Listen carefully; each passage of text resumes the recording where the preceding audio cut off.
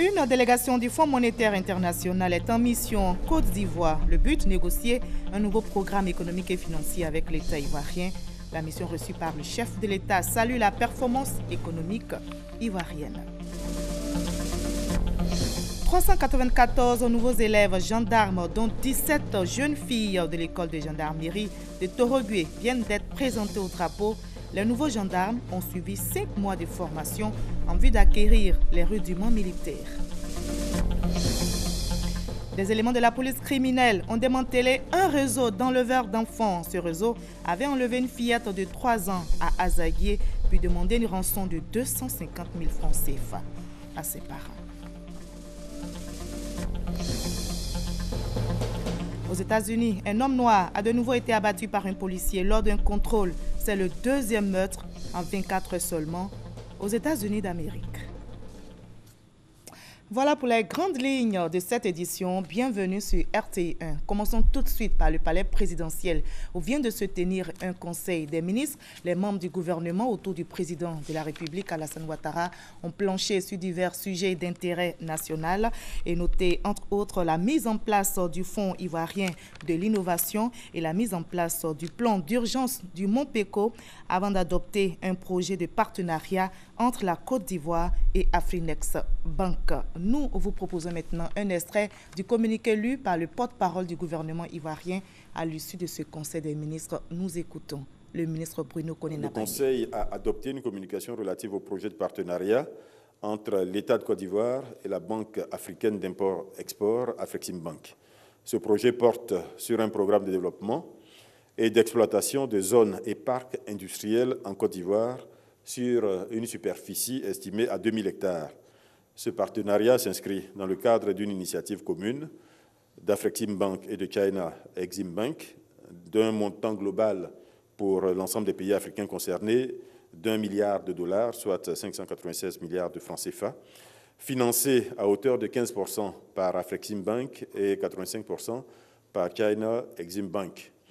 Et ce projet vise principalement le développement de zones et parcs industriels dans plusieurs pays africains, dont le Nigeria, le Kenya, l'Afrique du Sud, l'Égypte et évidemment la Côte d'Ivoire. Au titre du ministère de la Solidarité, de la Cohésion sociale et de l'indemnisation des victimes, le Conseil a adopté une communication relative à la mise en œuvre du plan d'action d'urgence du Mont Péco.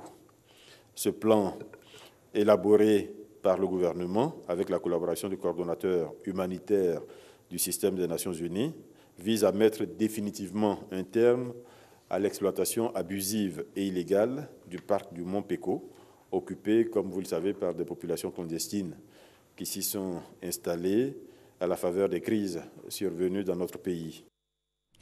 Le Fonds monétaire international salue la performance économique ivoirienne, une performance demeurée solide en 2015, selon le chef de la délégation du FMI qui a échangé aujourd'hui même avec le président de la République. La mission du FMI en Côte d'Ivoire pour but de négocier un nouveau programme économique et financier avec l'État ivoirien. On en sait plus avec Awatouri. Une mission du Fonds monétaire international en Côte d'Ivoire pour la négociation d'un nouveau programme économique et financier.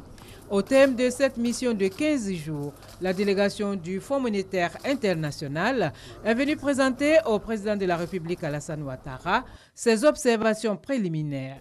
Pour le chef des missions du FMI, l'économie ivoirienne a enregistré d'excellents résultats en 2015 et au premier trimestre 2016.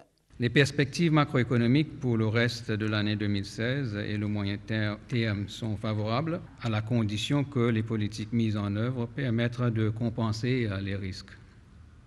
Nous avons convenu pour préserver la viabilité de la dette, le déficit budgétaire devra converger vers 3% du PIB à l'horizon 2019. Nous accueillons favorablement la détermination des autorités à restructurer les banques et entreprises publiques en difficulté. Nous comptons revenir à Abidjan pour poursuivre les discussions quand le budget 2017 sera prêt. Le nouveau programme économique et financier à conclure entre la Côte d'Ivoire et le Fonds monétaire international devrait permettre une mise en œuvre efficace du plan national de développement.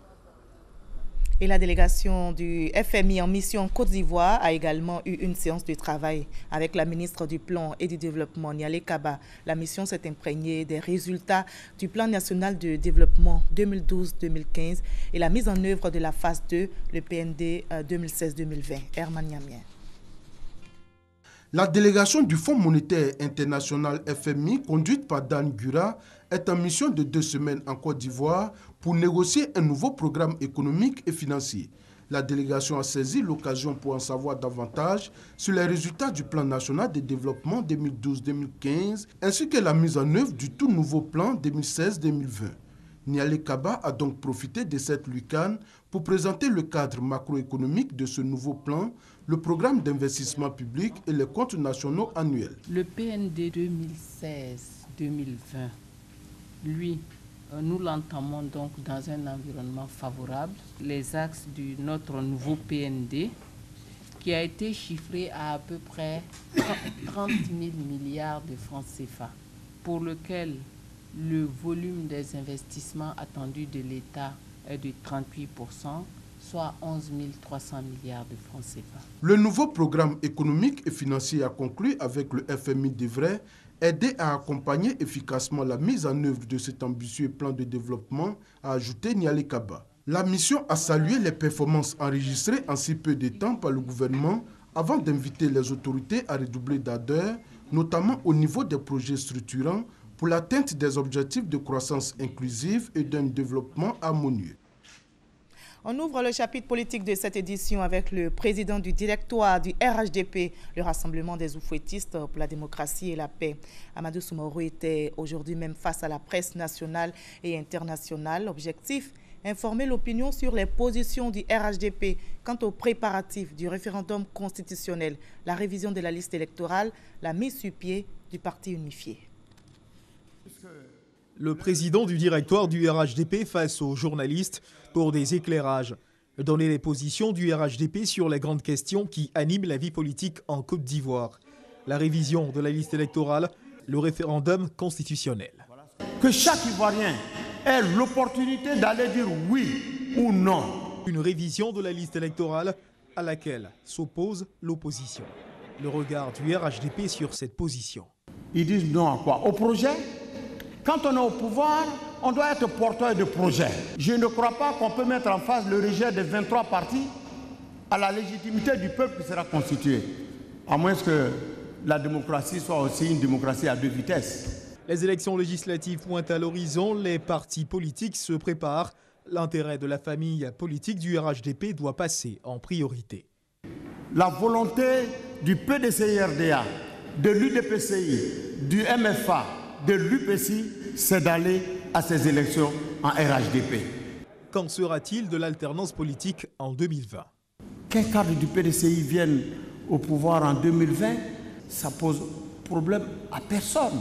Mais si ça se fait dans le grand cadre, disons, du RHDP, quelle fête? Est-ce que vous souhaitez que le PDCI aille au pouvoir dans la division? Je ne crois pas. Je tiens à vous rassurer qu'en septembre, nous serons à mesure de dire à nos mandants, les présidents des partis membres du RHDP, que les conditions sont réunies pour qu'ils décident de la création du parti unifié. Répondant sans faux fuyant aux questions des journalistes, le président du directoire du RHDP, Amadou Soumaoro, a invité tous les militants du RHDP à faire bloc autour de la vision des présidents Alassane Ouattara et Henri Konan Bédié, de construire une Côte d'Ivoire forte, bâtie autour des principes de paix et de développement. C'était un reportage d'Herman Guivé. Wacha Kedjebo, commandant Kakoubrou alias Kabé et Franck Yaon, exilés au Ghana, sont tous rentrés, vous le savez, le 30 juin dernier. Ils ont été reçus aujourd'hui par la ministre Maria Tokone. À la ministre donc de la Solidarité, de la Cohésion sociale et de l'indemnisation des victimes, les ex-exilés ont réaffirmé leur engagement à s'investir dans la paix et la réconciliation en Côte d'Ivoire. Une semaine après leur retour d'exil du Ghana, ils sont reçus en audience par la ministre de la Solidarité, de la Cohésion sociale et de l'indemnisation des victimes. Wacha Kedjebo, Kadé Bertin, commandant Kakoubrou et Franck Yaon s'engagent à participer au processus de réconciliation. Nous sentons que véritablement la Côte d'Ivoire est sur le bon chemin pour la paix. Et la paix est une quête quotidienne. Cela appartient à chaque Ivoirien de se montrer artisan pour la construction de cette paix. Et nous sommes venus nous mettre au service de notre pays pour apporter notre contribution comme nous le pouvons pour retrouver une Côte d'Ivoire avec une paix définitive et durable. Dialoguer avec les autorités pour négocier la libération de leurs frères et faciliter davantage le retour d'exil de leurs compatriotes, c'est le but affiché. Toujours dans la même dynamique, le mouvement ivoirien pour la cohésion sociale, également reçu en audience, encourage les efforts menés par Mariatou Koné, l'émissaire du gouvernement, dans le cadre de la réconciliation nationale. La Côte d'Ivoire a besoin des hommes forts et c'est une femme forte qui mène de bonnes actions. C'est pour ça que nous avons dit merci et qu'elle continue à poursuivre l'action qu'elle a commencée.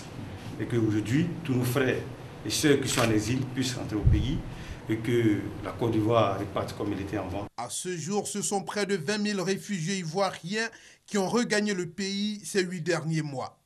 Et l'appel au retour des exilés, lui, se poursuit.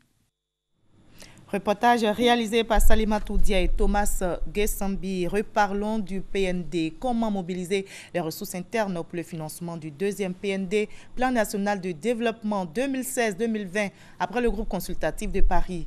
Des chercheurs ivoiriens de la cellule d'analyse économique du CIRES ont réfléchi à la question. Ces chercheurs ont dévoilé aujourd'hui les résultats de leur travail. On en sait plus avec Noël Nyagno. PND, Plan national de développement 2016-2020, c'est 30 000 milliards de francs CFA. Comment financer ces investissements pour la transformation socio-économique de la Côte d'Ivoire? 2 pistes s'offrent aux décideurs, les principaux bailleurs de fonds et les ressources internes. S'agissant des bailleurs de fonds, l'environnement est morose. Les bailleurs principaux aujourd'hui connaissent aussi des contraintes. Vous avez par exemple le Brexit qui essaie de chambouler beaucoup de choses au niveau de l'Union européenne. Les pays émergents comme la Chine connaissent un ralentissement de la croissance. Donc c'est clair que nous ne pouvons pas obtenir autant que nous avons reçu de nos partenaires privilégiés en termes de financement de notre développement. Conséquence, il faut mobiliser davantage les ressources internes, surtout que les performances des régies financières sont édifiantes sur la période 2012-2015. Les recettes fiscales ont augmenté de 35% entre 2012 et 2015. L'objectif du gouvernement, c'est de faire en sorte que, à taxation égale, nous puissions optimiser le potentiel de recouvrement actuel, que nous puissions également accroître l'assiette pour avoir une base plus élargie. Travailler à une optimisation poussée de ces régies financières devient une exigence vitale à l'effet de traduire en actes l'adage « Aide-toi, le ciel t'aidera ». Voilà qui a motivé les universitaires et chercheurs de la CAPEC, celui d'analyse de la politique économique du CIRES, à passer au crible toutes les potentialités de mobilisation de ressources internes. L'effort fiscal peut être accru parce que nous avons un secteur informel très important qu'il faut certainement arriver à fiscaliser. Nous avons l'impôt foncier à améliorer. Nous avons les réformes au niveau donc, de l'administration fiscale à opérer. Pour 2016, ce que nous avons fait, nous avons mis en place dans la loi des finances une disposition qu'on appelle amnistie fiscale, qui consiste à recevoir sans paiement de pénalités et sans amende quelconque les acteurs du secteur informel qui décident de se déclarer sur une période donnée. C'est l'exploitation judicieuse de ces niches qui permettra d'atteindre les objectifs assignés au PND 2016-2020. Et nous partons pour la France, d'où revient la ministre de l'Enseignement supérieur et de la Recherche scientifique. La ministre Bakayoko Liramata a signé plusieurs conventions avec les instituts de recherche dans le cadre du contrat de désendettement-développement, C2D. Ces partenaires vont accompagner la Côte d'Ivoire, notamment dans la mise en place d'une université virtuelle. Montpellier, Paris, Pas de répit pour la ministre Bakayoko Ly Ramata en visite de travail en France. La ministre de l'Enseignement supérieur et de la Recherche scientifique et la délégation qui l'accompagne ont multiplié les rencontres et noué des partenariats avec des instituts français ainsi que des écoles. Toutes ces conventions signées dans le cadre du CE2D, contrat de désendettement et de développement, visent à donner un nouveau souffle à l'enseignement supérieur et à la recherche en Côte d'Ivoire. C'est l'idée de partage et d'échange. Donc nous avons la chance d'avoir cet institut de recherche pour le développement ici en France. On veut le mettre au cœur d'une démarche sur le campus pour l'innovation ici à Bondy, dans la relation qu'il va construire avec les talents d'ici, en relation avec d'autres talents qui sont en mouvement dans les pays du Sud. Un exemple, la Côte d'Ivoire. Notre agence internationale de la francophonie, l'AUF, va beaucoup accentuer son action. Et puis surtout, je souhaite que nos universités françaises passent des partenariats, des jumelages beaucoup plus nombreux qu'aujourd'hui avec les universités de Côte d'Ivoire. La France, engagée aux côtés de la Côte d'Ivoire pour redynamiser l'enseignement supérieur et la recherche scientifique. La ministre Bakayoko Ly Ramata peut donc compter sur ses partenaires français. Le CIRAD, Centre international de recherche agronomique pour le développement, apportera son appui notamment dans la création d'une ferme agro-pastorale et dans la création d'une unité de recherche industrielle. L'AUF, l'Agence universitaire de la francophonie, aidera au développement de l'Université virtuelle de Côte d'Ivoire. Sur la liste des partenaires figurent également Campus France, l'École des travaux publics, l'IRD, Institut de recherche pour le développement. L'AFD, l'Agence française de développement, l'Institut Pasteur de Paris, l'École X Polytechnique, la CPU, la Conférence des présidents d'universités françaises. Cette mission a permis donc d'envisager les perspectives quant à l'appui que les institutions d'enseignement et de recherche français vont apporter aux établissements d'enseignement supérieur et de recherche ivoiriens au niveau donc de la professionnalisation des formations. C'est aussi l'accompagnement, la mise en place effective de l'université virtuelle de Côte d'Ivoire. Mission donc accomplie pour la ministre de l'Enseignement supérieur et de la Recherche scientifique. Les parties ivoiriennes et françaises étant déterminées à mettre en œuvre dans un bref délai les différentes conventions signées pour le rayonnement de l'école ivoirienne. Sur place ici en Côte d'Ivoire, 394 nouveaux élèves gendarmes, dont 17 jeunes filles de l'école de gendarmerie de Torogué, ont été présentés au drapeau. Les nouveaux gendarmes ont suivi 5 mois de formation en vue d'acquérir les rudiments militaires. Ces gendarmes fiers d'arborer leur tenue ont été présentés au drapeau en présence du ministre chargé de la Défense, Abou Sanogo.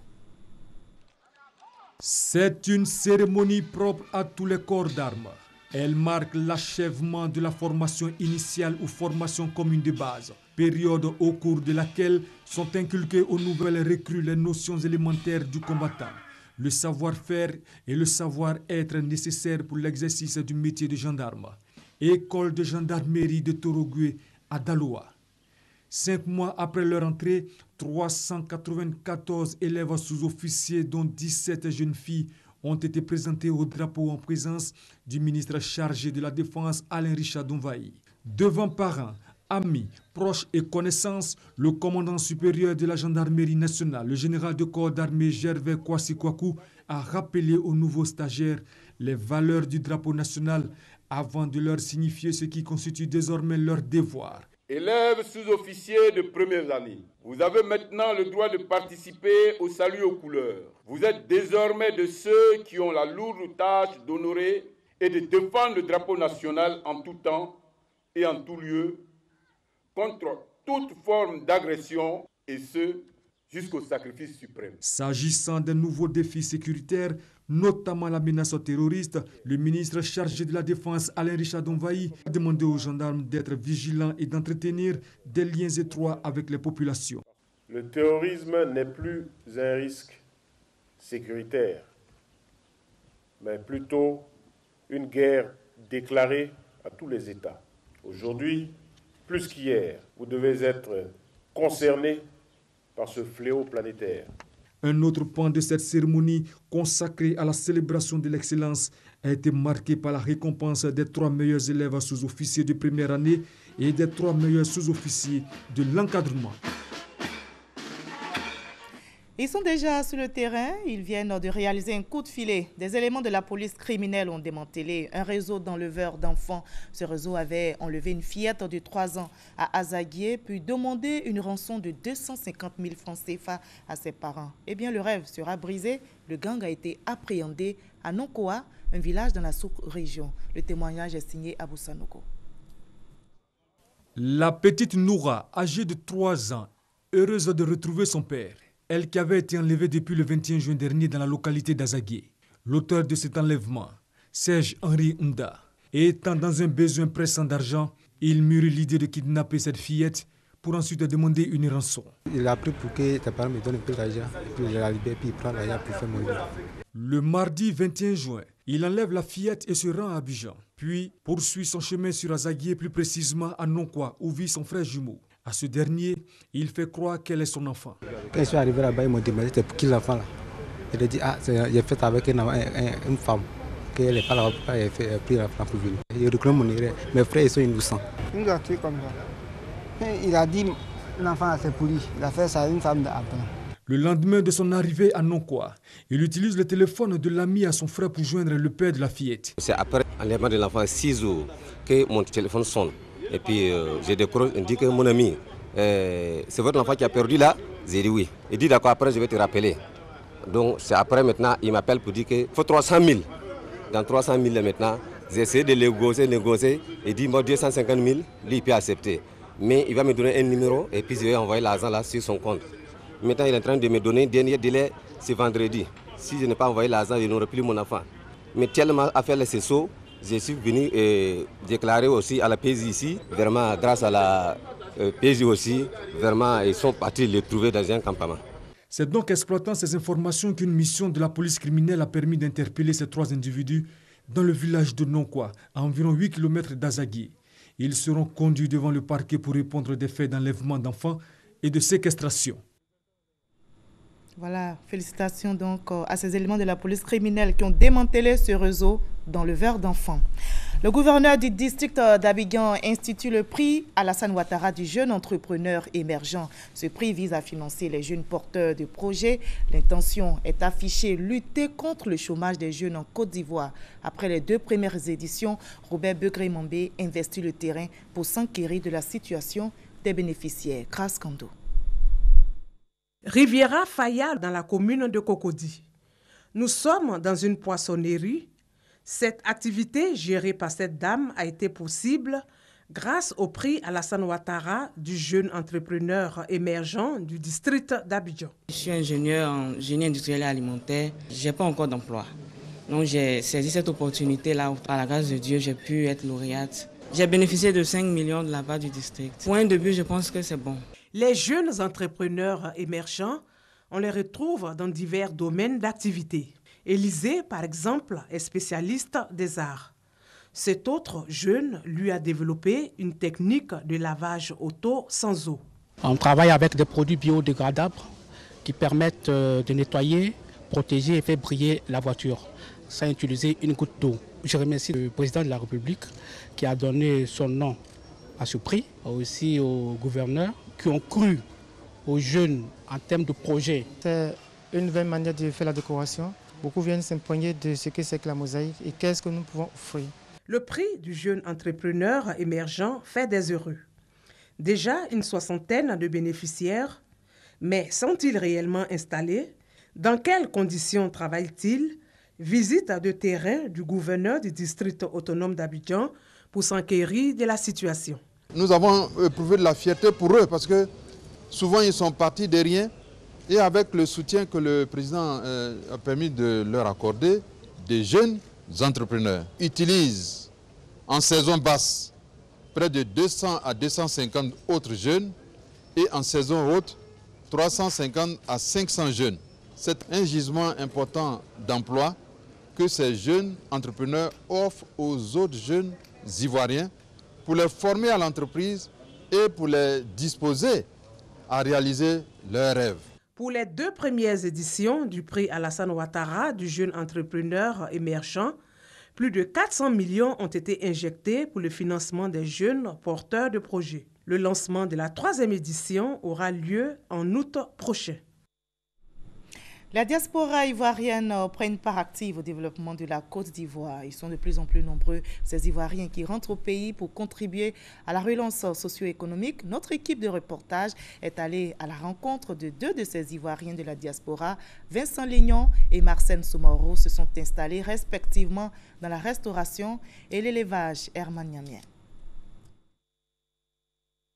Retourner au pays pour apporter sa pierre à la relance économique, Vincent Lignon en est un exemple. Après 26 ans de vie aux États-Unis, il est aujourd'hui détenteur d'une ferme avicole à Bonoua. Construite sur une superficie de plus de 2 hectares, l'exploitation emploie 13 personnes et ne fait pas regretter à Vincent ce choix du retour au pays. Je suis très content et fier de retourner au pays, surtout avec les moyens que je mets en ce moment en place pour aider la jeunesse. Le cas de Vincent n'est pas isolé. Marcène Soumaoro, ex-ressortissante ivoirienne aux États-Unis, expérimente aussi avec succès le retour au pays dans le domaine de la restauration. Présentement, ce n'est pas la rose chez moi, mais je sais que ça sera la rose demain. Au début, tu vas rencontrer des difficultés, c'est tout à fait normal. Tu n'es pas rentré au pays il y a longtemps. Donc quand tu reviens, il y a certaines habitudes que tu as vraiment perdues. Donc les débuts ne sont pas faciles. Marcène Soumaoro et Vincent Lignon sont des exemples de ces Ivoiriens de la diaspora que l'État veut associer à sa politique de développement. D'où la prise de mesures visant à faciliter le retour et l'insertion des Ivoiriens de l'extérieur. Ici, à l'intérieur de la direction générale, nous avons une direction qui est en charge de la recherche des opportunités économiques auprès des Ivoiriens de l'extérieur. Il y aura la création d'un haut conseil des Ivoiriens de l'extérieur. Nous sommes en train de réfléchir aussi des mécanismes d'investissement au profit des Ivoiriens de l'extérieur. Donc c'est toute une stratégie. Environ 1 240 000 Ivoiriens, soit 5,4% de la population, vivent hors de la Côte d'Ivoire. Cette population constitue un maillon essentiel dont la contribution peut apporter une plus-value à l'économie ivoirienne. Un protocole d'entente existe désormais entre le ministère des Ressources animales et halieutiques et le district productif de la pêche et de la croissance bleue de la Sicile en Italie. L'accord vise à valoriser des activités halieutiques en Côte d'Ivoire, comme nous l'explique Hugues Vibli. Le protocole d'entente signé entre le ministère des Ressources animales et halieutiques et le district productif de la pêche et de la croissance bleue de la Sicile a fait suite aux différentes visites en Sicile du ministre Kobena Kwasi Adjumani. En juin 2013 et en octobre 2014, alors en visite de travail, il avait souhaité voir la Côte d'Ivoire bénéficier du soutien de la Sicile pour la valorisation durable de ses activités halieutiques. C'est désormais un acquis. Nous avons préparé un programme qui prévoit un investissement public et privé pour presque de 100 millions de dollars pour concrètement donner puissance à la pêche et à les systèmes de la pêche de Côte d'Ivoire et dans le même temps dans les partenaires italiens. En Sicile, le district de pêche rassemble les entreprises de toute la filière productive, les organismes de recherche, les écoles et universités, les autorités, les organisations syndicales et autres. Le protocole signé vise la création et la construction d'un district de pêche en Côte d'Ivoire à Grand Bassam notamment. Nous avons foi en l'avenir et nous savons qu'en étant avec vous, nous pourrons réussir ce pari. Le pari de faire de la Côte d'Ivoire un pays autosuffisant en protéines halieutiques. La Côte d'Ivoire a été officiellement invitée à l'Expo Blue Sealand en Sicile. L'invitation a été transmise au ministre Kobena Kwasi Adjumani, désormais citoyen d'honneur de la ville de Palerme, une distinction au profit du renforcement de la coopération économique entre la Côte d'Ivoire et la Sicile. Hors de la Côte d'Ivoire, au Royaume-Uni, se dirige-t-on vers un duel de dames pour succéder à David Cameron. Les parlementaires du Parti conservateur, en tout cas, ont sélectionné 2 candidates. Theresa May et Andrea Leadsom sont finalistes au premier tour. La succession du Premier ministre britannique se jouera donc entre ces 2 femmes. Au second tour, elles seront départagées par un vote des adhérents. Aux États-Unis d'Amérique, un homme noir a de nouveau été abattu par un policier lors d'un contrôle. C'est le 2e meurtre en 24 heures seulement. Après la mort d'un noir en Louisiane, Une autre affaire sème le trouble. Philando Castile, un autre Afro-Américain est mort, abattu par la police après un banal contrôle routier à Saint-Paul, dans le Minnesota, aux États-Unis, mercredi 6 juillet. Présente dans le véhicule au moment du drame, sa compagne a filmé les minutes qui ont suivi les tirs. Elle a posté mercredi une vidéo où l'on voit son compagnon ensanglanté dans une voiture devant un policier en armes. C'est une deuxième affaire qui soulève de nouveau une vague d'indignation aux États-Unis. Moins de 48 heures après la mort d'Ayton Sterling, 37 ans, tombé sous les balles de la police en Louisiane. Une enquête fédérale a été ouverte pour faire la lumière sur cette affaire qui ravive le débat sur les abus policiers contre les Afro-Américains. Dans l'actualité sportive, l'Euro 2016, la deuxième demi-finale de cet Euro 2016 se joue en ce moment.